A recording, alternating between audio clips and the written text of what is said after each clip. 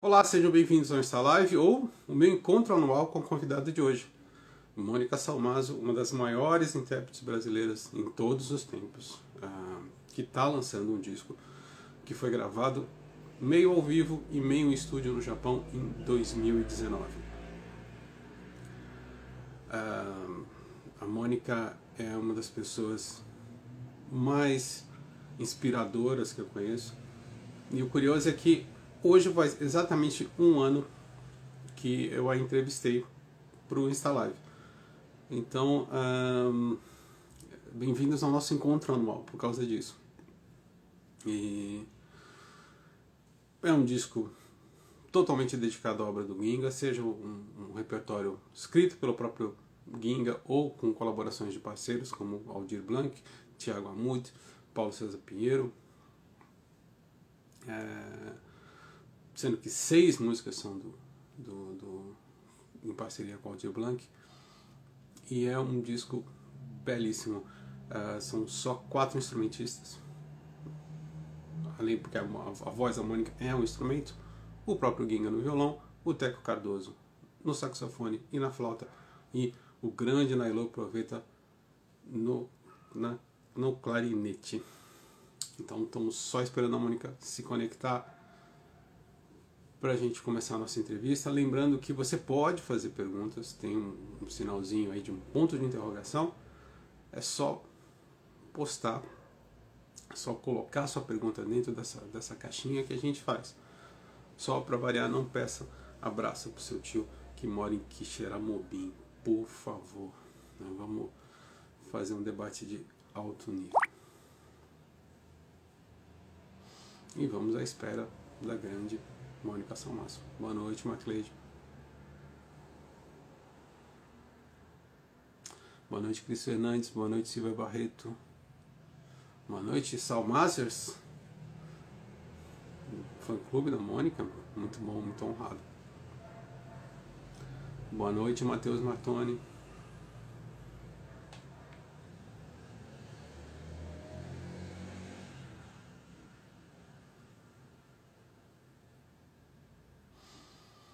E vamos lá.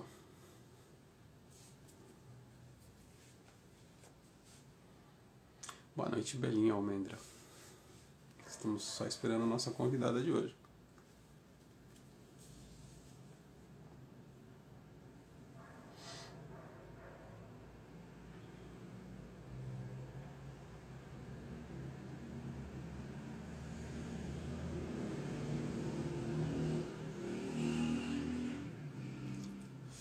Boa noite, Lisandro Massa. Boa noite, Carlos Silvio, grande Carlos Silvio, do Pai Ayana Conectados. Um programa que eu sinto muita falta. Boa noite, Cíntia, RST.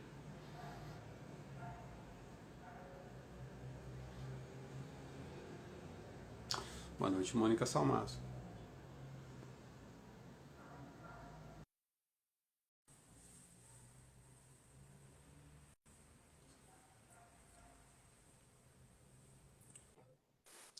Boa Boa noite, noite, Mônica. Tudo bom? tudo e você? Tudo bem? Você ainda tá no meio do mato aí, não?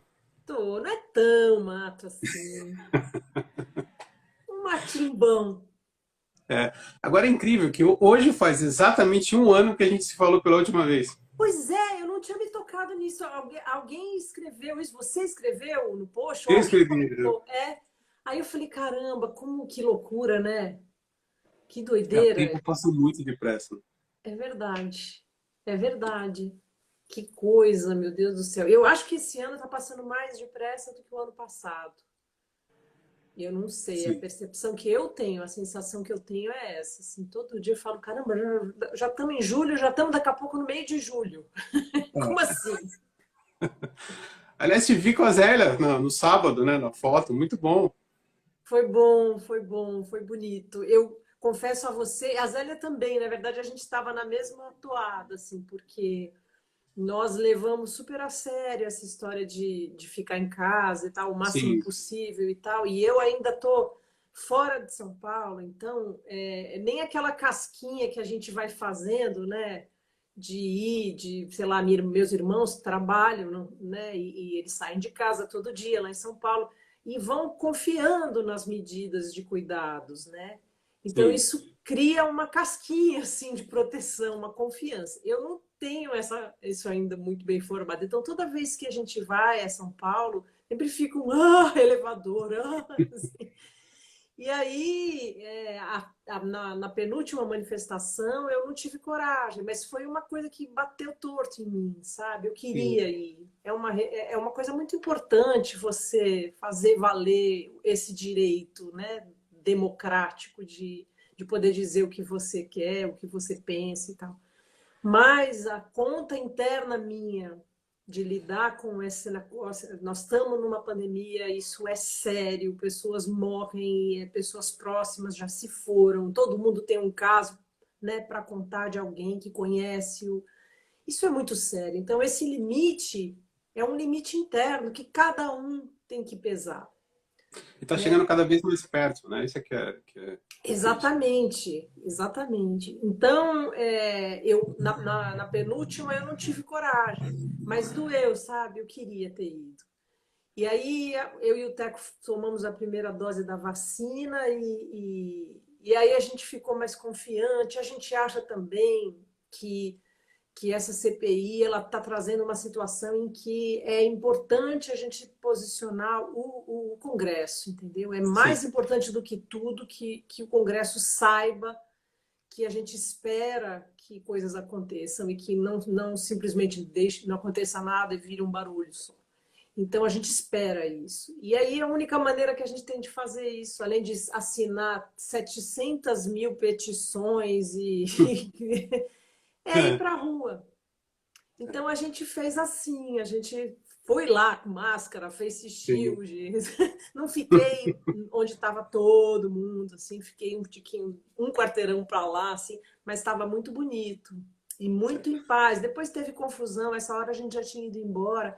Eu Sim. lamento que tenha acontecido isso, porque enquanto a gente estava lá, o que a gente viu foi uma linda situação democrática de pessoas na paz total,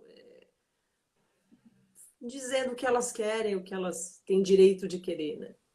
Eu lembro que eu troquei mensagem com a Zélia no sábado. Eu não fui porque o filho da minha namorada tem 10 anos, né? Embora eu tenha sido vacinado, se porventura eu pegasse alguma coisa, poderia passar para o menino. Não dava. Mas a Zélia comentou, falou assim, não, eu tenho que ir.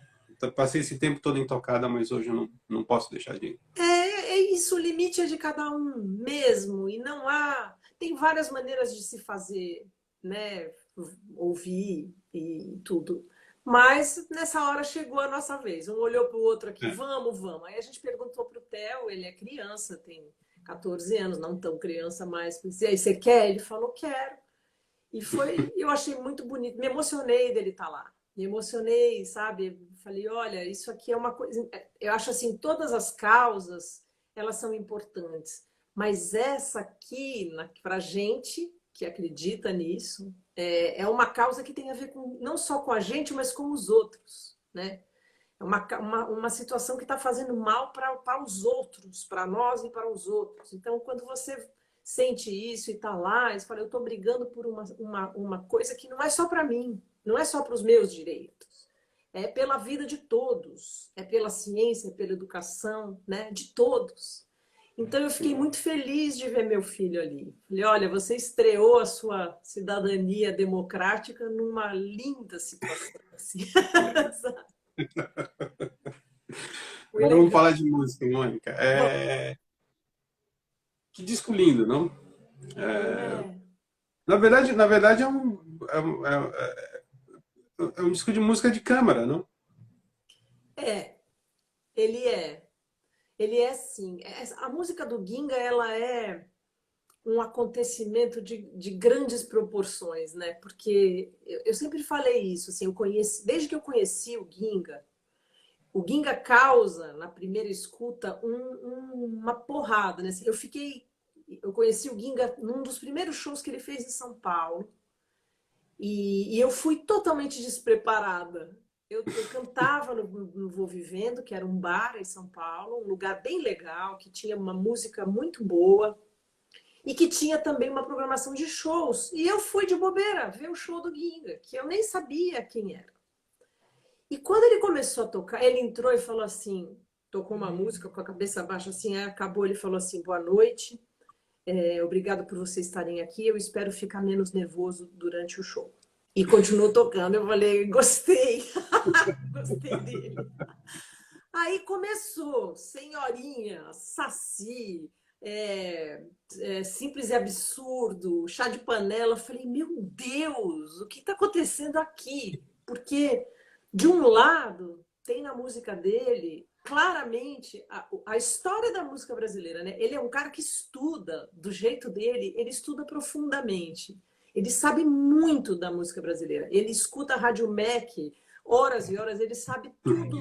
Carlos Galhardo, vira e mexe, ele me mandou, ontem ele me mandou uma coisa, uma gravação da Isaurinha Garcia, de uma letra de um choro que eu nem sabia que tinha letra. Então, ele mora dentro dele esse banco da música brasileira, da música americana, do jazz, ele escuta e ele vai para o violão estudar e ele absorve aquilo, da música clássica, que ele também, como ouvinte, vai para o violão e procura os caminhos. E desse caldo cultural, musical, que é a vida dele, sai uma árvore, que é ele, né? Ele é uma árvore na música brasileira ali, que já deu muitos frutos, que já, né, muitos novos compositores passaram a compor de uma outra maneira a partir da música do Ginga. Então, e é uma música ao mesmo tempo de câmara e sinfônica, porque tá tudo ali. Eu sou muito suspeita para falar, porque para mim foi uma identidade absoluta imediata, na hora em que eu escutei. Eu falei, eu tô diante de uma coisa muito grandiosa, assim, como o Tom Jobim, como o Chico, como o Villa-Lobos, como o Egberto, como o Hermeto, dessas forças do Baden, essas forças da música brasileira muito pontuais que de vez em quando acontecem, assim, e eu tenho a sorte de ser contemporânea dessa pessoa. E daí a gente acabou se conhecendo. Acho que a gente se conheceu em Curitiba. Vou te atropelar, Sérgio. Você me manda Não, parar, tudo bem, senão eu tudo vou bem. embora. A gente dava. Depois do Carlinhos Brau e do Alceu Valença, eu já estou mais que acostumado. Eu sou terrível. A minha live com o Gavan durou 4 horas. Você tem tempo? Coisa. Tem um tempo, tem um tempo. Não, a gente se conheceu uma vez em Curitiba. Foi a primeira vez que eu me lembro de ter assim tido mais tempo de conversa com ele. E ele estava dando um curso lá, eu também. E aí teve um encontro de professores, aquele negócio de café da manhã, hotel, todo mundo almoça junto, janta junto, uma hora conversa, né? E aí foi quando eu descobri que existia um material que virou o Corpo de Baile, que são as músicas dele com Paulo César Pinheiro. E ele me contou essa história e eu fiquei desesperada, porque eu já tinha gravado Saci e eu acho que eu já tinha gravado Senhorinha também, ou se não, ali eu pedi para ele me mostrar a parte B do Senhorinha, porque eu falava, o Ginga, aquela música Senhorinha, que foi tema de novela, eu só conheço a parte que tocava na novela. E não aparece o resto da música. Você podia me mostrar como é que ela é? Daí ele tocou. Aí pronto, eu falei, Deus do céu. Aí eu gravei no Voadeira. Então eu tenho essa coisa com essa parceria. E aí saber que existe um baú dela, de coisas que estavam guardadas, inéditas até hoje, coisas que têm a minha idade ali. Eu falei, não, pelo amor de Deus, eu tenho que ouvir. Então aí o Corpo de Baile foi um dos presentes mais lindos que a minha vida musical já me deu, né? E aí a gente foi convidado para ir para o Japão. E nesse formato, na verdade, o Ginga tinha um convite da televisão da NHK, aquela canal japonês de televisão, para fazer parte de um especial dele sobre o violão brasileiro. E nós tínhamos um show hindu agendado para ser feito lá no Auditório Ibirapuera, em São Paulo. E aí, o Pavan, que é o produtor do Ginga, em muitas situações, perguntou para a NHK se eles não topavam filmar esse concerto. E aí a NHK falou, pô, demais, quero sim. Aí a gente falou, bom, então já que vai ter a NHK filmando, vamos fazer o seguinte, vamos convidar o Teco e o Proveta, que são irmãos na música, assim, e que fazem uma orquestra de sopro, né? Eles fazem uma coisa de câmara mesmo, eles têm uma coisa que é um mundo inteiro entre dois super improvisadores e dois arranjadores que timbram juntos, né? Então tem momentos em que a coisa é escrita mesmo, arranjada e resulta, e tem momentos em que os dois improvisam e são dois super improvisadores. Então a gente falou, vamos fazer isso assim porque a gente vai criar um acabamento. Quando a gente viu, desembarcaram 30 pessoas, tem uma equipe de filmagem de 30 pessoas do Japão, com um tradutor, uma coisa que virou uma ilha, os caras trouxeram equipamento, sei lá, eu da onde, alugaram, não sei, virou um troço assim, uou! Assim. Eles ocuparam um camarim enorme lá do auditório só com equipamento, fizeram uma ilha de edição. E a gente falou, caramba, não tenho roupa para isso, sabe assim? Fizeram essa gravação. E ali já tinha uma moça muito querida, que é a Nancy Lissa, que é uma linda, que é uma pessoa que trabalha na revista Latina e que estava ali, eu acho que dando uma força de tradutora também. Ela é japonesa, mas morou no Rio muito tempo. É um amor de pessoa, uma pessoa que eu adoro. E estava também a Naoko, que é uma produtora, que tem uma produtora que tem um nome lindo lá no Japão chamado Xalala. Xalala. E as duas viram o concerto e tiveram uma ideia de bolar se a gente se interessava em fazer uma turnê no Japão com esse quarteto, desse show. E aí a Nancy trabalhava na revista Latina, que é uma maravilhosa revista japonesa, que tem uma produção super caprichosa, assim, super linda sobre a música brasileira. Você tá bem aí de sinal? Tô vendo, tô escutando você. E as duas tiveram a ideia, junto com o Hanada, que é um produtor, um cara que também trabalha na revista Latina, de bolar uma turnê pra gente no Japão em abril de 2019. No dia 15 de março, eu quebrei o pé num osso horroroso chamado maléolo medial, malévolo medial. O maléolo é o pior osso para se quebrar no pé. E eu cheguei no hospital e o ortopedista falou assim, bom, você não vai, né, o seu osso quebrou, ele não saiu do lugar, mas ele quebrou, você está proibida de andar, esse negócio vai demorar uns 3 meses. Eu falei, amigo, eu tenho que ir para o Japão daqui a 15 dias. Aí ele falou, não dá. Eu falei, dá, vai ter que dar.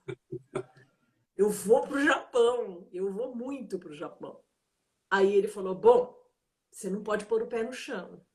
Durante uns bons 2, 3 meses você não vai pôr o pé no chão. Eu falei, então eu vou para o Japão de cadeira de rodas, mas eu vou para o Japão. E assim eu fui. Cadeira de roda, muleta. Vou dizer uma coisa para você. Eu corri mais risco na calçada da minha rua, indo até a padaria que fica na esquina, do que na viagem inteira do Japão. Como é de se esperar quando se fala de Japão, né? Mas foi uma aventura. E isso foi feito através dessas pessoas, do Hanada, da Nancy e da Naoko. Fizeram um crowdfunding lá dentro do Japão. A gente fez um circuito de shows nas cidades de Yamagata, Tóquio e Osaka. Foram lindos, porque foram em teatros. No Tóquio a gente fez um teatro maravilhoso. E dali a gente, no dia seguinte, captamos o show de Tóquio e depois gravamos no estúdio. E essa é a história desse disco. Não tem foto de divulgação, porque eu tô toda hora de música. Agora, você tem, nesse disco, são 6 parcerias do Ginga com o Aldir Blanc, eu acho que uma só com o Paulo César Pinheiro, depois tem Thiago Amude, e o próprio Ginga, a Ana Paz também. Isso se deve ao fato de você já ter meio que coberto a fase do Ginga com Paulo César Pinheiro no Corpo de Baile, não? Não necessariamente, porque na verdade tem muito mais. Eu sempre falei, né, no Corpo de Baile eu falo cantores, vão atrás, porque tem muito mais. Da onde veio isso, tem muito mais. Não, na verdade tem a ver com um repertório que eu e o Ginga fomos fazendo em shows que a gente fez em duo. Tem uma limitação que é a tonalidade, né? O Ginga compõe no violão e ele compõe usando muitas cordas soltas do violão, como todo violonista, né? Como todo criador em violão, que é onde o violão soa mais e tal. Muitas músicas que eu canto do Ginga, o tom original não são bons para mim. O tom que ele toca o violão não são bons para mim. E eu, na verdade, tenho um amor pela música dele que, na verdade, eu canto tudo. Eu gosto de tudo. Por mim, eu gravaria tudo. Um box de 700 CDs, entendeu? Porque ele produz muito também. Então, a gente foi achando no nosso convívio musical, durante os shows, o que eu consigo cantar nas tonalidades dele, entendeu? E acabou que virou isso. Na verdade, o repertório já é muito maior do que cabe no disco, né? Muito maior. Dá fácil, a gente tem 2, 3 discos. Mas a gente acabou selecionando essas, que o show é maior do que o disco, inclusive, né?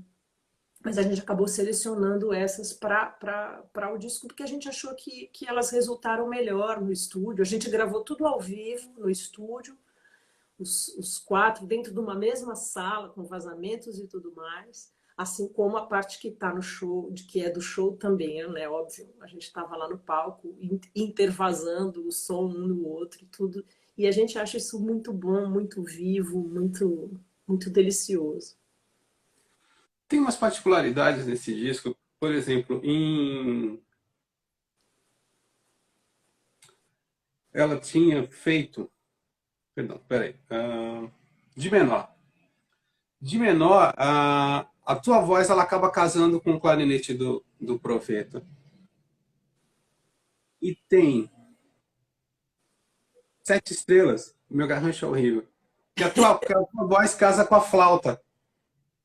Como é que você fez isso? Como é que vocês decidiram partir para esse arranjo?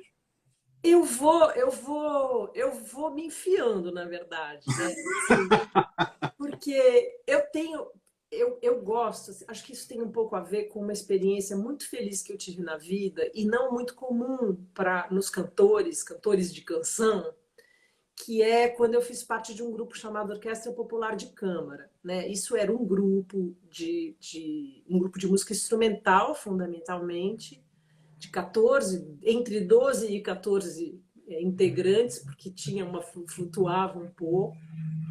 E eles me convidaram, isso aconteceu final 98, eu acho, até 2000 e uns quebradinhos.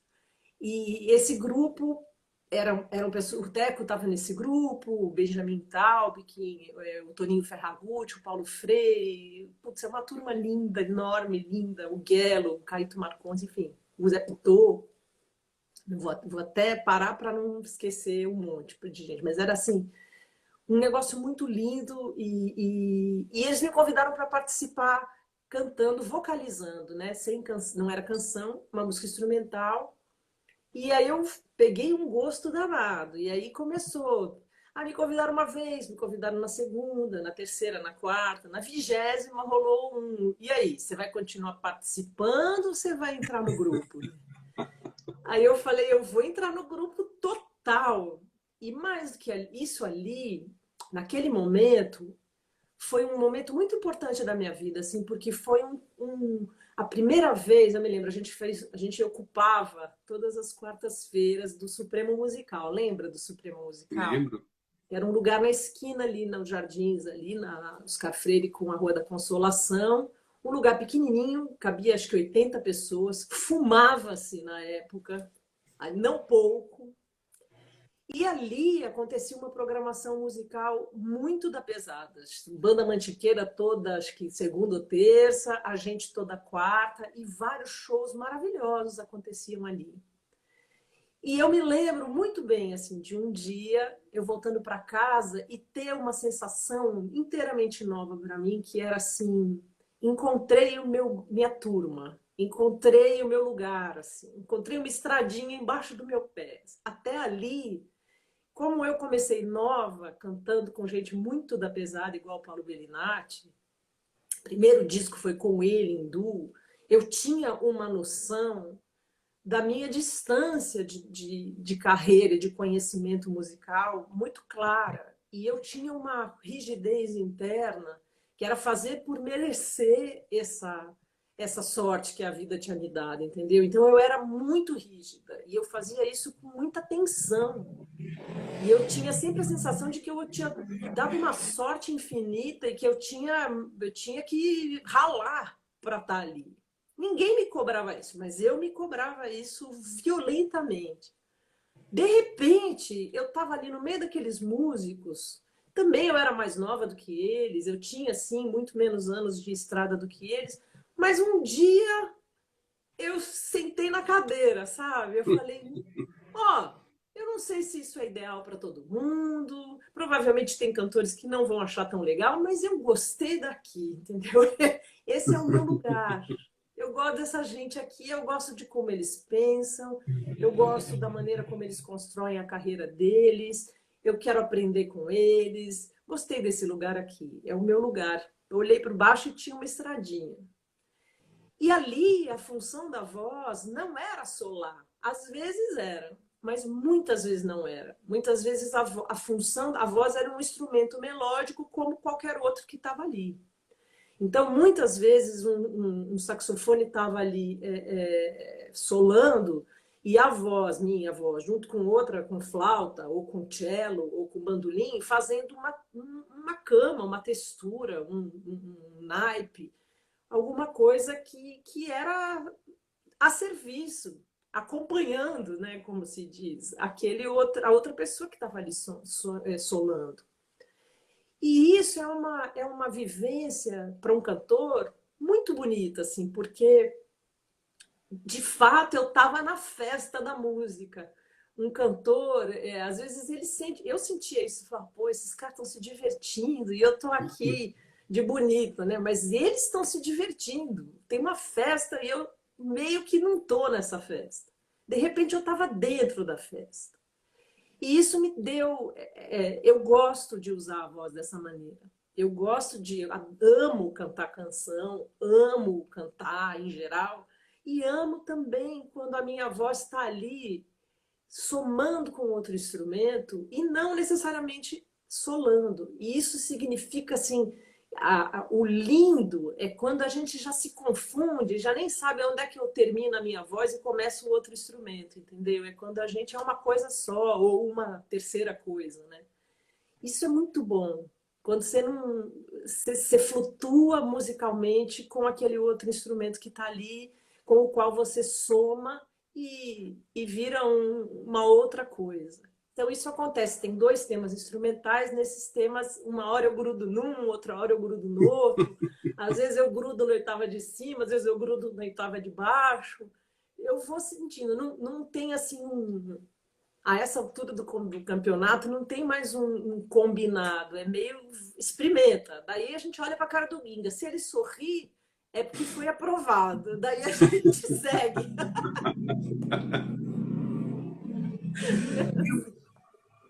Eu adorei, por exemplo, o da Lisca, Nossa. que você tem um longo tema instrumental que vai se desenvolvendo e só depois você entra com a voz. E eu acho bonito essa, entre aspas, generosidade de você deixar a banda correr, porque tem muito intérprete que fala assim, não, eu vou cantar essa música e vocês vão atrás. Você deixa a banda brilhar, digamos assim. Esse É impossível.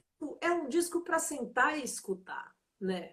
Esse não é, a gente até adoraria, mas não é aquele disco que você falou, vai tocar no rádio. Nem sei mais o que é que toca no rádio, para dizer a verdade, Sérgio. Vou botar no churrasco da né? firma.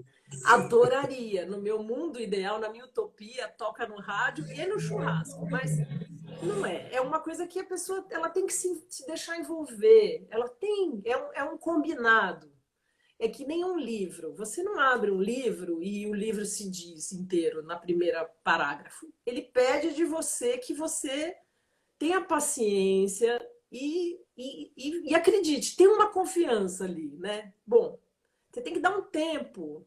Às vezes, eu leio o livro, eu tenho que reler a primeira parte algumas vezes, porque eu falo, não estou mergulhando ainda nele. Aí, de repente, embarca, né? A música desse disco, ela é uma música desse tipo. Ela é uma coisa que está convidando as pessoas, olha, se deixe levar, vem aqui ver o que a gente tem. Talvez demore um tiquinho, talvez te peça para sentar, entendeu? Mas experimenta. Porque existe esse lugar. A Odalisca, ela é uma melodia escandalosamente linda, né?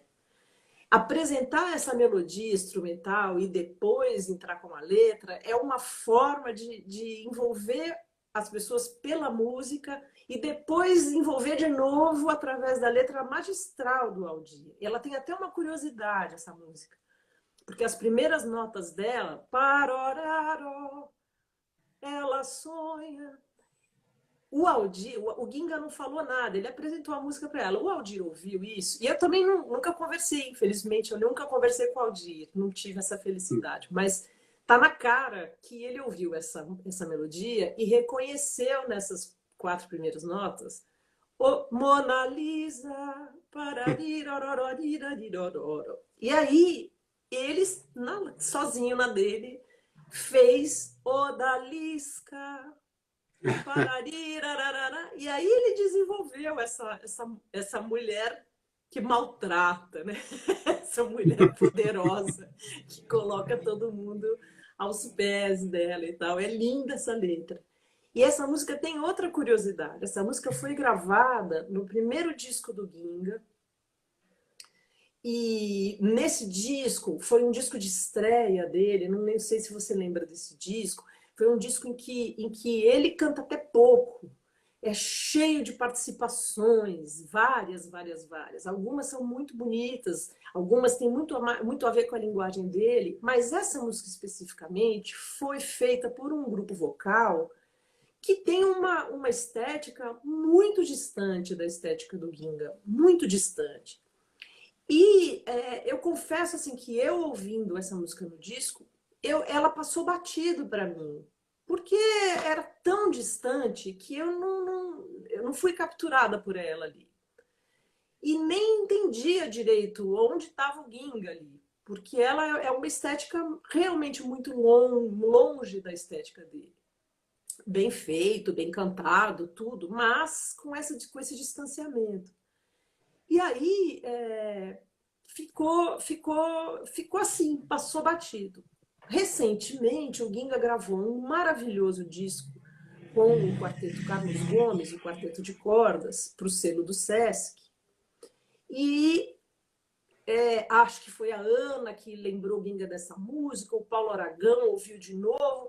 E essa música, meu Deus, como é que essa música estava abandonada, uma música dessa, perdida. Aí o Paulo Aragão fez um arranjo lindo para o quarteto e o Ginga gravou nesse disco. Quando eu escutei, esse disco é todo lindo, mas quando eu ouvi o Odalisca, fui aqui até, o Paulo Aragão estava aqui com a família, e ele falou, olha isso aqui, e botou, ainda o disco não tinha saído. Eu dei um vexamaço, assim, comecei a chorar, ele cantando, e essa melodia, e essa mulher, essa história, foi muito punk para mim, assim. E aí, até é um tom grave para eu cantar.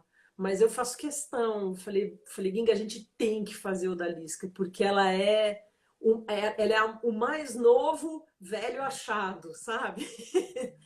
De uma música que já estava aí há tantos anos e que tinha sumido. Tem isso, acontece também na passarinheira, não?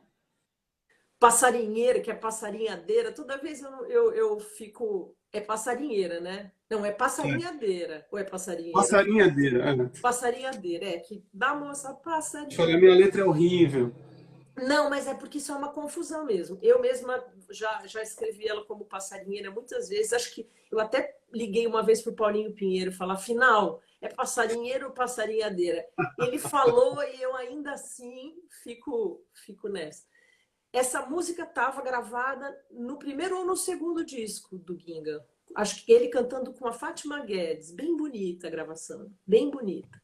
Essa é uma que a gente faz juntos em show desde a primeira vez que a gente fez show juntos. Eu amo essa música. Essa é outra que também mora num lugar, né? Assim, ela tem uma, eu vejo que ela tem as pessoas se emocionam muito com essa música em geral nos shows, sempre. Ela tem aquilo que a música tem sozinha, assim, que a gente só não atrapalha, que ela faz sozinha para dentro da cabeça, do coração, né? É muito lindo. A gente está falando de dois grandes letristas, né? Que é o Aldir Blanc e o Paulo César Pinheiro, né? Sim. Como é que você definiria o estilo deles dentro da obra do Ginga, por exemplo? Bom, o Paulinho Pinheiro e o Ginga, eu acho que os dois fizeram um casamento musical muito, muito raro, que é aquela coisa quando você sente que um está escrevendo para o outro, sabe? Tanto a música quanto a letra. Isso aconteceu, eu acho que aconteceu isso sempre, em casos como o Vinícius e o Tom, o Edu e o Chico, o João Bosco e o Aldir, que você vê que parece que naquele mundo ali o Paulinho é um Paulinho para o Ginga e o Ginga é um Ginga para o Paulinho, sabe? Isso acontece em alguns casamentos. E isso é muito lindo. E tem vertentes, né? Tem um lado da produção deles que é voltado para histórias de lendas, de folclore, de natureza, como o Saci, como o Curimã. E tem outro lado que é um lado meio da história da memória da música brasileira, né? Como uma crônica e vem modinha e vem aí é um pouco a senhorinha. Tem um caminho que vai por aí. E tem outras coisas de estranhamentos meio modernos, assim, que os dois, eles estavam muito novos ainda, né? Fazendo essa coisa um para o outro e virando um casamento lindo. O Aldir, ele tem o jeito, a escrita do Aldir, eu falo no presente porque eu me recuso, quando a gente gosta de uma pessoa que vai embora, ela segue aqui dentro, né? Então, a música do Aldir, a poesia do Aldir, ela tem uma assinatura dele. E eu sinto assim que ele fez com o Ginga coisas geniais, geniais, e puxou a música do Ginga para um lugar da assinatura dele. Eu não sei se os dois se amalgamaram, mas os dois estão os dois ali muito fortemente. É um outro tipo de casamento, né? Os dois estão ali, Ginga, Ginga, Aldir, Aldir. E os dois geniais. Então, aí tem a chegada de outros parceiros lindos, que nem o Thiago Amude, que é um menino muito talentoso, com uma bagagem, um cara que eu já falei para ele uma vez, falei, Thiago, quantos de você tem aí? Quantos você é? Porque ele é ao mesmo tempo ateu e hiperreligioso, carioca, paulista, mineiro e nordestino. Ele é ao mesmo tempo, ele é um conflito e uma soma de coisas. Um cara muito inteligente, muito musical. E que fez aquela contenda que é um negócio lindo, punk de bonito. Então, eu acho que o Ginga tem um pouco ele tem essa. E agora ele como letrista, né? Que é lindo, que são colagens maravilhosas que ele imagina ali, que vem dentro dele. Mas ele tem esse negócio bonito ele é aberto para parcerias, né? Ele tem um jeitão, ele oferece a música dele de um jeito muito generoso e ele é aberto a parcerias e isso é bonito, muita gente nova escrevendo com ele, né? Para músicas dele. Agora, o Baião de Lacão é um belo trava-língua, não?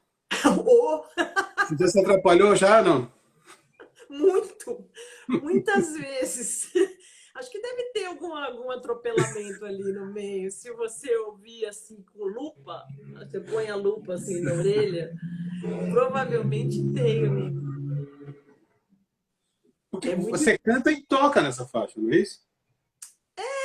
porque a gente sentiu necessidade, assim, Sei. mas eu acho até que me ajuda.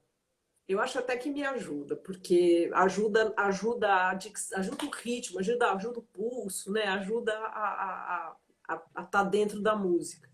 Mas é uma música que você não pode pensar.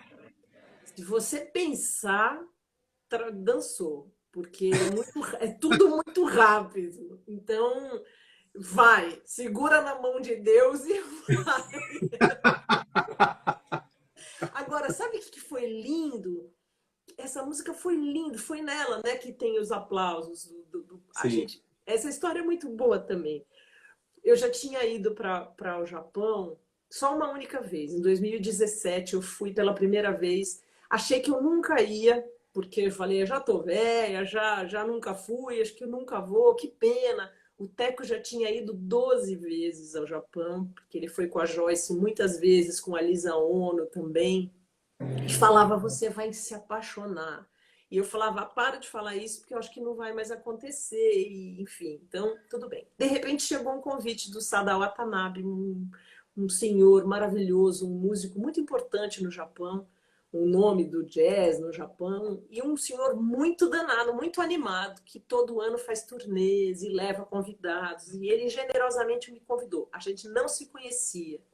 E ele não só me convidou, como ele me pediu que eu formasse o grupo de músicos. Então, você veja, ele tem mais de 80 anos. Ele põe o nome dele, é o trabalho dele, mas ele é tão feliz e animado e alimentado de música que ele confiou em mim que eu levasse o grupo de músicos para fazer com ele a turnê dele. Porque ele acha legal. E assim a gente foi. E foi uma viagem maravilhosa. E aí eu preparei o Ginga, falei, Ginga, seguinte, olha, vou te falar um negócio, porque o Ginga fica encanado, será que vão gostar da minha música? A gente sempre fica, mas eu acho que o compositor ainda fica mais, porque a música é dele, né? Dele mesmo, né? E eu falei, ó, Ginga, eu preciso te dizer um negócio sobre o Japão. Você vai se apaixonar perdidamente. A gente vai ser recebido com tanta gentileza, com tanta educação. As coisas vão funcionar de um jeito que a gente nunca nem imaginou em termos de organização e produção. Parece um sonho que exista uma coisa dessa. Tudo que for combinado, você nunca mais precisa pensar nisso, que vai ser cumprido rigorosamente conforme foi combinado. E vai ser um negócio de sonho, você não vai acreditar. E o público é tão carinhoso, mas, veja bem, não é um público latino que vai ficar gritando, mesopotâmica, maravilhosa, escandalosa, gênio para ele, violão, não sei o quê. Ninguém vai gritar no meio do show. E eles vão respeitosamente assistir, e quando acabar o show, eles vão aplaudir muito. E é um aplauso também não é um aplauso latino que quer arrancar roupa, arrancar pedaço. Mas é um aplauso que você percebe que não vai acabar nunca mais. 5 horas de aplauso, entendeu? Se eles gostarem. É assim que eles demonstram o respeito e a adoração àquela música. Então, só para você saber, foi um maior briefing. A menina estava se achando a entendida do Japão. Aí, a gente foi lá. Nesse show de Tóquio, a gente começou a fazer o Baião de Lacan, e aí o Teco pegou as flautas de bambu, e eu estou fazendo pandeiro e tal. Quando a gente olha, o teatro cheio, e era assim, posso garantir, porque a gente depois assinou discos, viu pessoas... O público maior era de japoneses. Eles começaram a aplaudir no meio da música, o baião lá. Aí o Guingo olhou para minha cara, assim, eu fiz assim... Esquece tudo que eu falei. Eu não sei nada. Não foi nada disso. Eles super se contagiaram e demonstraram esse contágio da música e foi muito emocionante. A gente terminou todos os shows chorando, os 4. É muito importante isso para um músico brasileiro, né? Você atravessar o planeta. Você está do outro lado do planeta, bem redondo o planeta, e você faz a volta no planeta redondo, e você chega lá do outro lado. não tem distância maior do que essa. Então, quando você se vê levando aquilo que você faz com tanta seriedade na vida, nesse lugar tão longe, não tem uma emoção mais forte do que essa, sabe? E também tem assim, você fala, eu estou cantando para uma cultura tão diferente da minha, para pessoas que não estão, muito poucas, entendendo, inclusive, a letra do que eu estou cantando. E essas pessoas se emocionarem é de um tamanho que a gente saía chorando dos shows. Teve um show em Osaka que a gente fez um bis e pega a muleta, vai para o palco, canta o bis, pega a muleta, sai do palco. Aí outro bis, pega a muleta, faz outro bis, volta, tal, não sei o quê. A gente ficou na coxia, abraçado, chorando, os quatro. Ah! E o povo lá. E a gente chorando, e o povo lá. E daqui a pouco a Nancy chegou e falou: olha, muito lindinha, muito emocionada também. Escuta, eles não pararam ainda. Vocês vão voltar? E a gente lá, aos prantos, assim, emocionado. Aí a gente falou: putz, é melhor a gente voltar, né? Pega a muleta, enxuga as lágrimas, volta, faz um tris. É muito lindo, sabe? Então, sair esse disco agora por aqui pra gente, fora a memória da nossa vida de trabalhar viajando, né? Faz 1 ano e meio que eu não posso fazer isso. Tô com muitas saudades. Dói de saudade. É verdade que eles só param de aplaudir quando você agradece, é isso? Olha, eu não sei, eles não param. Não, eles param, claro que eles param, mas assim, eu não sei, porque a gente também acho que não dá conta. Eu acho que tem gente que tem mais classe, né? Que tem uma mise-en-scène do agradecimento, né? Eu confesso que eu sou bem normal, assim. Então, quando a coisa é muita, eu mesmo não dou conta. Eu começo tá ótimo, tá bom. É que tinha uma anedota envolvendo o João Gilberto, porque eu acho que ele tem um recorde, acho que ele foi aplaudido por mais tempo num show no Japão. Ah, é? Na verdade, segundo um desafeto dele contou para mim, teria sido uma armação dele, porque como ele sabia que o japonês só para de aplaudir quando você agradece, ele não agradecia. Nossa, que E aí, maldade. Acho e que. aí depois, então acho que foram 21 minutos de aplauso, alguma coisa assim. Nossa. E aí quando ele saiu do palco, ele falou, não sei se foi para o Mugi Kanase ou para alguém, falou assim, dê até uma dormidinha. Mas olha, será que não foi dessa vez? Vou te contar uma coisa. O produtor que estava com a gente em 2017, um lindo, Isai, que virou um querido, assim, ele contou uma história de um show do João Gilberto num lugar para 4.000 pessoas, em que o João Gilberto, de repente, ele abaixou assim e ficou em silêncio. E ele tinha pedido para desligar o ar-condicionado, porque o barulho incomodava. E 4.000 japoneses lotando para vê-lo sozinho e sem ar-condicionado. E tudo bem. Aí ele abaixou a cabeça e ficou parado. Agora eu estou pensando se não foi esse aplauso, se não é essa dormidinha. Ele ficou, e eu falei assim, e ele contando que ele estava nesse show, assistindo. E aí ele falando assim, as pessoas não iam sair de lá por respeito. Se ele ficasse lá 2 horas, elas iam ficar lá 2 horas. Eu falei, se fosse no Brasil, todo mundo ia começar, chama a ambulância, não sei lá. Imagina, na Itália, imagina. Nunca, né? Mas no Japão eles ficaram. E foi uma coisa desse tanto de tempo aí. Eu acho que deve ser a mesma história, o outro lado da mesma história. Os caras ficaram lá até ele. Será que ele deu uma dormidinha? Ele é um personagem muito, muito Muito curioso, assim. peculiar, muito peculiar. Peculiar.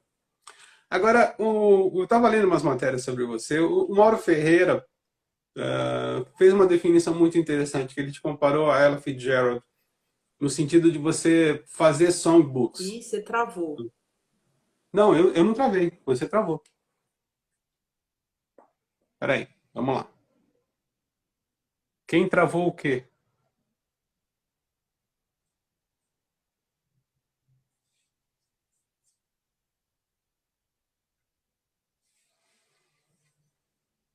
Mônica, cadê você?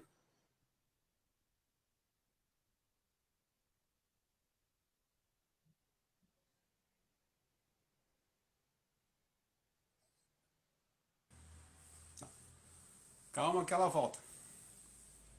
O papo tá bom, não?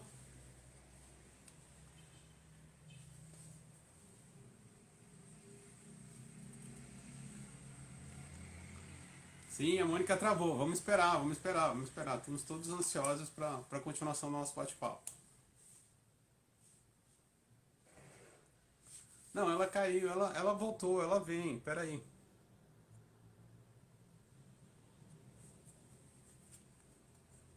Já voltou, já tá se conectando. Calma, gente. Calma, calma que a gente vai chegar lá. Ah, Voltou? ai, ai, ai, fui pro 4G, fui pro 4G, porque É. você Então, estava falando do Mauro Ferreira. o Mauro Ferreira te comparou a Ella Fitzgerald nessa questão de você fazer songbooks, né? Assim como ela Fitzgerald revisitou a obra do Irving Berlin, do George Gershwin, Cole Porter e Jeremy Kern, você faz uns discos específicos, né? Ginga com Paulo César Pinheiro, Chico Buarque. Eu diria uma outra coisa, assim, porque você faz lembrar que existe um Brasil que hoje está muito esquecido, né? Que não frequenta as rádios, que não frequenta as paradas de sucesso, que não frequenta a, a, as playlists, né? Das plataformas de streaming, mas ele é muito importante, ele é mais importante até do que esse que a gente tá vendo. Assim. Eu queria saber como é que você vê essa tua, entre aspas, missão. Ela tem a ver com o meu amor pela música brasileira, mesmo. Quer dizer, a música brasileira habita a minha pessoa desde eu ser criança, desde eu descobri a música brasileira. Depois eu descobri recentemente que eu descobri dessa maneira, porque a primeira coisa que aconteceu para mim de música, eu não tinha ninguém músico na família, nem nada disso. Mas um dia eu ganhei de um tio que trabalhava na editora Abril a coleção completa dos disquinhos coloridos, aqueles compactinhos, Músicas do vinizinhos. Braguinha, não é isso? Exatamente. Braguinha com Radamés, Aí ele me deu uma vitrolinha e essa coleção completa. E ali o mundo abriu para mim. O mundo. Porque aquela coleção, as histórias são do Braguinha, é uma enorme, né? É gigante. E ali se falava um português muito bom, não era um português tati-bitati para crianças, as histórias eram Não. bem contadas, as músicas eram de muito boa qualidade, com arranjos de boa qualidade, com cantores de boa qualidade. Ó, Pepe, Almirante tá nas gravações Ah, de não viu? disquinhos?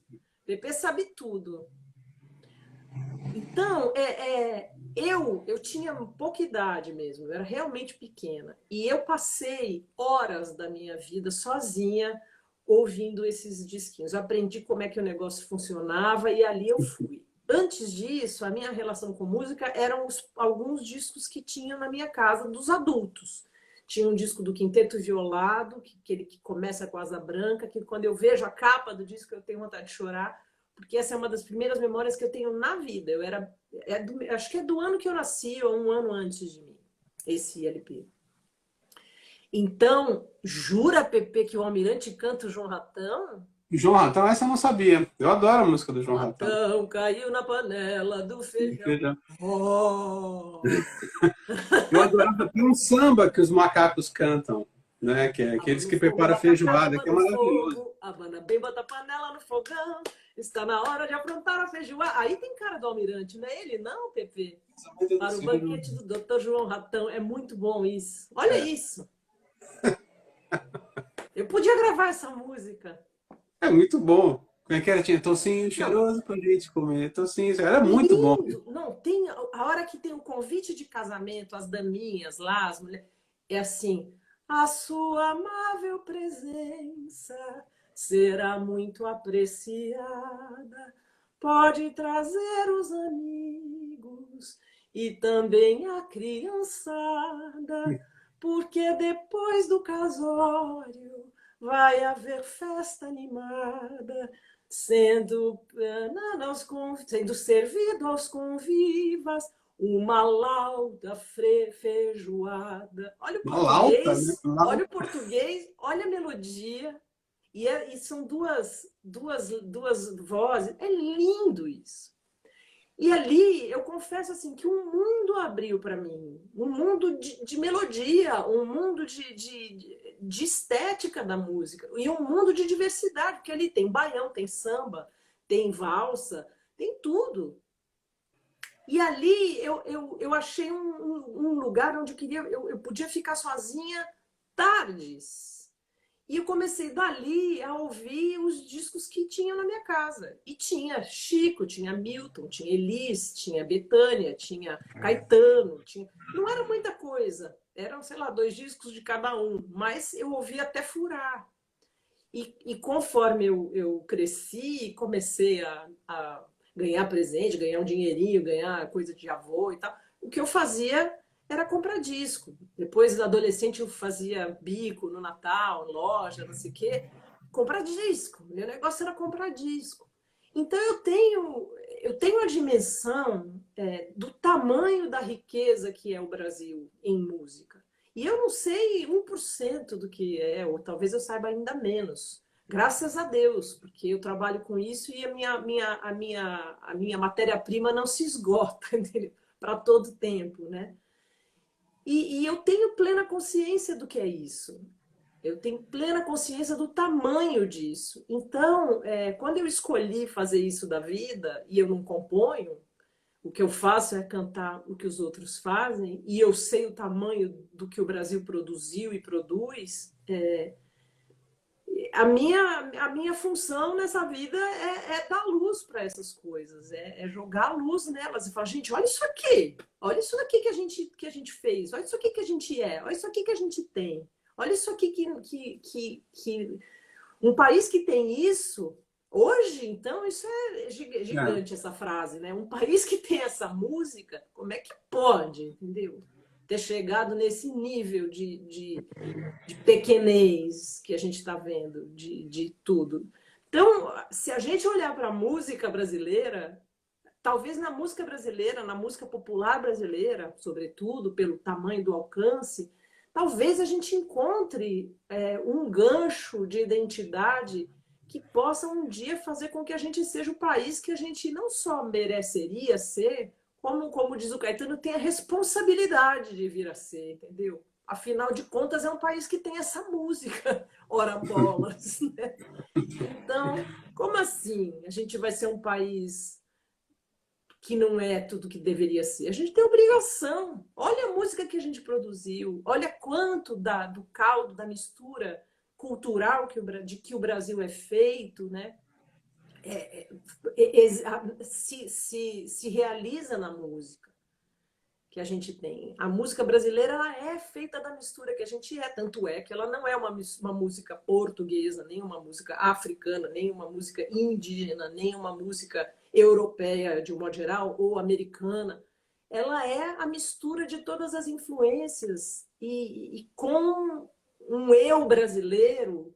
Isso é muito louco, assim, porque eu falo isso, deve ter 1000 livros e teses de mestrado sobre isso, mas eu aprendi no ouvido que existe um eu brasileiro que ele se manifesta na música, tanto no samba, quanto no repente, quanto na música caipira, que é esse eu, essa persona que é ao mesmo tempo tem uma fé, tem um humor, tem uma sacanagem, né? Assim, se diverte, é muito inteligente, tem um sistema complexo de metáforas e de imagens poéticas. Isso está em todo canto de um país que é tão grande que podia ser culturalmente muito independente um canto do outro. E não é. Tem diferenças de acento, tem diferenças rítmicas, tem diferenças, mas tem um eu brasileiro em todas esses lugares. Isso eu acho impressionante isso. Eu acho incrível na música brasileira que tem certos compositores que você escuta, se você está no outro canto do mundo, se você está num país da Europa ou nos Estados Unidos, que você escuta e você fala, poxa, isso é da minha terra. Eu lembro que uma vez eu fui para Dublin fazer uma entrevista com o YouTube, eu entrei numa loja de disco, assim, e por uma dessas coincidências começou a tocar Águas de Março, né? Aí você dá aquela estufada no peito e fala assim, pô, essa é a Não é? música do meu país. Não é? É. Total. É total. É total. E, eu tenho muito orgulho disso, assim. E acho que é isso, respondendo a sua pergunta lá atrás, né? A minha vontade de cantar tudo isso tem a ver com a minha vontade de devolver. Ela é um pouco gulosa, né? Assim, só ver pelo agora, pelo O de Casas, o quanto eu sou gulosa nisso. É porque é tanto. A música brasileira, ela é tão enorme, ela tem tanto para todos os lados, ela tem tanto músico bom, ela tem tanta música boa que dá vontade de abraçar tudo e dá vontade de fazer um disco sobre. Eu faria um disco com cada convidado do O de Casas, entendeu? Feliz da minha vida. Faria. E mais todos os disquinhos coloridos. Entendeu? Não vai dar tempo disso tudo acontecer. Você vai viver no estúdio, né? É, tipo Frank Zappa, né? Não era assim? Sim! É eu. Aliás, dizem que o Frank Zappa ele vivia tanto no estúdio que quando a filha dele queria falar com ele, ela colocava na agenda do estúdio, né? Sei lá, das 6 às 7 você tem uma conversa. É, verdade. Tá vendo? Tinha que ser assim. Tinha que ser assim. Agora, Tadinha dela. Oh, meu Deus. Muita terapia depois. que composições que você escutou ultimamente nesse teu período de Nossa, eu pandemia? Composições escutei. novas que te emocionaram, assim. Quais compositores te emocionaram nos últimos tempos? Eu vou cometer sérias injustiças, porque quando eu comecei a fazer o Word Casas, que nunca foi projeto, foi um improviso feliz, né, assim, criado para solucionar o problema do delay, né? E eu falei, caramba, eu não vou encontrar músico nenhum. Por quanto tempo que eu. Tudo bem que eu sou casada com o Teco, mas assim, nós trabalhamos com muitas pessoas sempre, né? E ainda por cima nós não somos harmônicos, nós somos melódicos. Vai faltar Sim. acorde nessa casa por muito tempo. Até voltei a estudar violão para ver se dava uma melhorada na situça. Mas assim, por quanto tempo será que a gente não vai poder fazer música junto? É o que a gente faz. E aí, eu tentei cantar numa live como essa que a gente está aqui com o Alfredo Delpenho. Eu entrei na live dele, foi a primeira live que eu vi na vida, nem sabia o que era uma live. Apertei lá um botão, entrei na live. Aí ele me convidou para entrar mesmo, assim, dividir a tela, e a gente tentou cantar junto. E não deu certo, porque não dá. Foi engraçado, foi quentinho, mas musicalmente comprometedor. E aí, no dia seguinte, eu falei, pô, Alfredo, vou convidar o Alfredo para fazer um vídeo desses que tem muita gente que faz. Já vi tantos no YouTube e tal. Porque é o único jeito de cantar junto. Vai ser parcelado, mas vai ser junto no final. E aí a gente fez o primeiro. E aí a coisa pipocou. Eu mesma não queria mais parar, virou a minha cachaça, que nem o povo fala ali, né? E tinha muito tempo naquele momento, também uma energia, uma coisa meio que vamos lá, vamos todo mundo junto se ajudar. E foi bonito isso que aconteceu, né?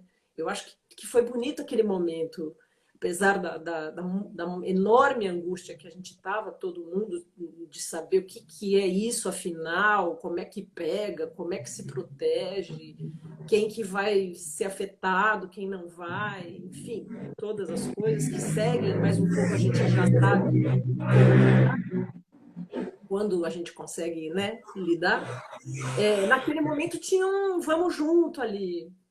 E, e a resposta para a sua pergunta, desculpa, mas é assim, cada pessoa que foi aparecendo, que eu fui me lembrando, que eu queria fazer um convite e tal, como eu já estava tendo a manha de como gravar, eu comecei a convidar as pessoas já meio indicando algumas possibilidades de música, porque eu queria que a pessoa... Porque você já tem um pouco a manha do que vai dar certo, o que não vai, é gravado... Agora já melhorou, de vez em quando a gente faz com um pouco mais de tecnologia, mas o começo era no iPad, aqui aperta o REC e sai gravando. Não tinha microfone, não tinha nada.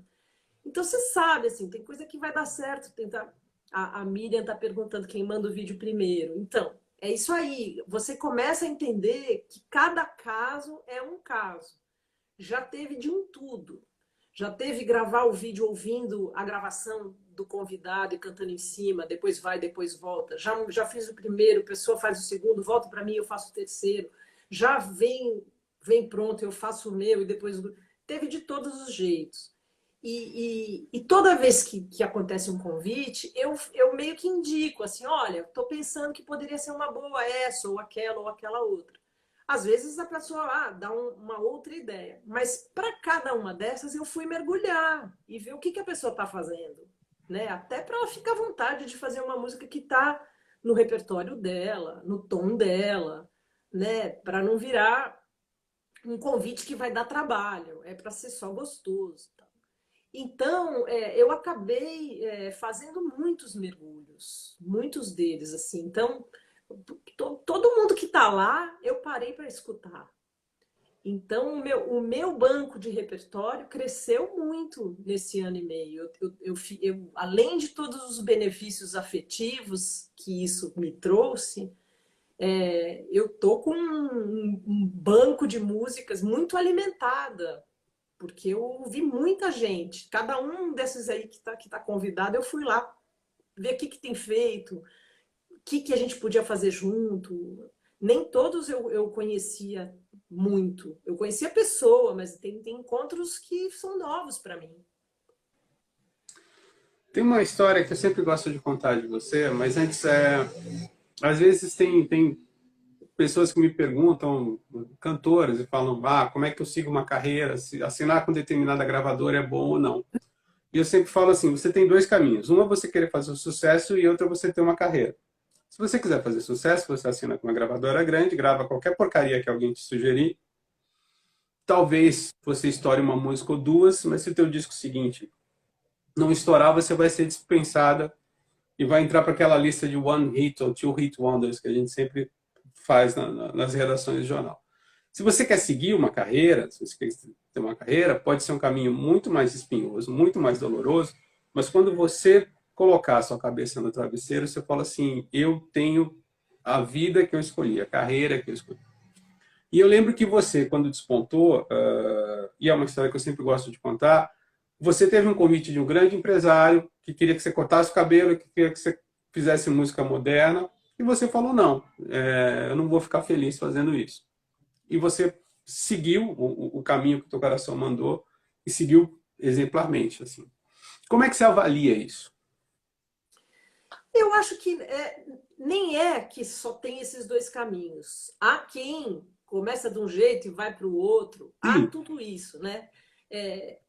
Eu acho que, primeiro de tudo, é importante, eu acho que a pessoa que vai fazer uma carreira, ela saber qual é a dela. Porque tem gente que só vai se realizar musicalmente se for uma pessoa de grande sucesso, né? Que a pessoa tenha essa vontade na vida, que ela não quer só viver de música, ela quer viver de música sendo reconhecida, mandando beijinho o tempo todo, dando autógrafo, não podendo andar na rua. É o lance dela. Eu respeito isso. Eu acho que tem gente assim. E tem gente, como eu, que decidiu que o caminho para ser feliz precisava ser viver de música, de alguma maneira. Precisava viver fazendo música. Isso não era fechado. Eu nunca tinha assim, eu quero fazer uma carreira assim, assado. Não, eu quero ser feliz pagando as minhas contas através do ofício da música. Como eu vou fazer isso? Eu não sei. Era a maior agonia. Meus pais falavam, mas como é que se faz isso? Porque não é uma profissão que você vai lá, faz curso, uma faculdade, arruma um emprego. Agora nem tinha faculdade de música popular. Começou a ter, a primeira da Unicamp foi na minha geração, mas eu afinei de morar em Campinas, acabei ficando em São Paulo. Mas até para explicar como é que se faz para os pais, uma pessoa nova, é uma agonia, porque eles falam, Na verdade, a explicação é simples. É uma carreira autônoma, como qualquer outra carreira autônoma. O que significa muito pouco. Significa que você vai fazendo o caminho. Ele é uma mistura das oportunidades que chegam com o resultado da sua realização de cada uma das coisas que você aceita fazer. Então, ele é uma soma dos nãos com a maneira como você realizou os sims. Porque se você fizer um sim meio porcaria, ele dificilmente renderá um fruto legal. Então, você tem esse compromisso de tudo que você fizer, você fazer mais do que o seu melhor, entendeu? Você não tem o direito de fazer mais ou menos, porque é daquilo que você fez que virá o próximo passo. Não tem anabolizante. Ninguém vai te botar lá em lugar nenhum. É você que, se fizer isso direito e é que isso for, será reconhecido como um bom trabalho e vai gerar o próximo, e o próximo, e o próximo. Da mesma maneira, o não que você falar aqui, ele vai criar um limite e aos poucos você para de ter convites que não tem nada a ver com você. E se tiver, você vai falar não. Mas ele um pouco indica o seu caminho, certo? É isso. É pouco para acalmar um coração de um pai ou de uma mãe, mas é o que temos. É o que é. Eu queria viver de música. Eu tenho uma natureza de formiguinha, muito mais do que de cigarra. Eu sou formiguinha. Meu negócio é o trabalho cotidiano, é fazer, é saber como funciona. Eu tenho uma certa aversão de um monte de gente em volta. Eu gosto de ir sozinha, pegar meu carro e ir. Eu gosto de me maquiar, eu gosto de escolher minha roupa. Eu gosto disso. Eu me sinto segura assim. Eu não tenho esse sonho de ter uma entourage de gente.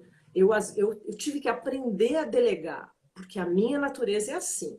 Não acho melhor, não acho pior, é o que temos. É assim e eu posso garantir que é mesmo. 20 anos de análise, então é mesmo, é um fato. 50 anos, a gente já sabe mais ou menos como é que a banda toca. A minha banda toca assim. Eu tenho esse prazer do ofício. Eu senti no meu caminho que quando eu passei a cantar o palco ou o disco sendo resultado de todo o trabalho anterior, desde a planilha, prestação de contas. A primeira turnê que eu fiz na vida, que eu ganhei um patrocínio, nunca tinha tido, foi o do Noites de Gala. E era uma coisa grande. Eram 16, para mim era enorme, 16 pessoas viajando, foram, sei lá, 2 anos de turnê. E aí, assim, era um negócio muito detalhado. Foi um projeto pela Lei Rouanet, nunca tinha feito. Eu abri uma empresa e fiz lá todo o caminho da formiguinha na Lei Rouanet. Que existe um caminho de formiguinha muito sério, viu, gente? Quem fala mal da Lei Rouanet não conhece isso. Teve lá seus abusos, como tudo tem na base da carteirada, mas o grosso é formiguinha.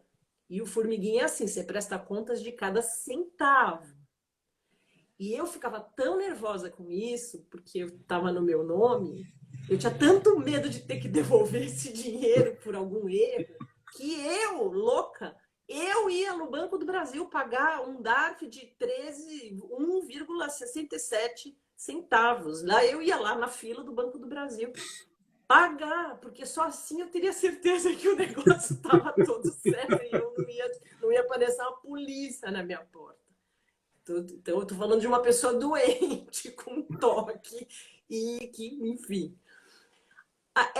Mas para mim, eu falo brincando, mas para mim, essa coisa de saber o ofício, de saber como funciona, de saber como é que a coisa se dá, me fez chegar no palco ou chegar para gravar com muito mais propriedade, sabe? Com muito mais segurança. Não estava ali assim, nem sei como eu cheguei aqui. Eu sei exatamente como eu cheguei aqui. Eu pus essa perna aqui, depois essa outra, depois essa outra.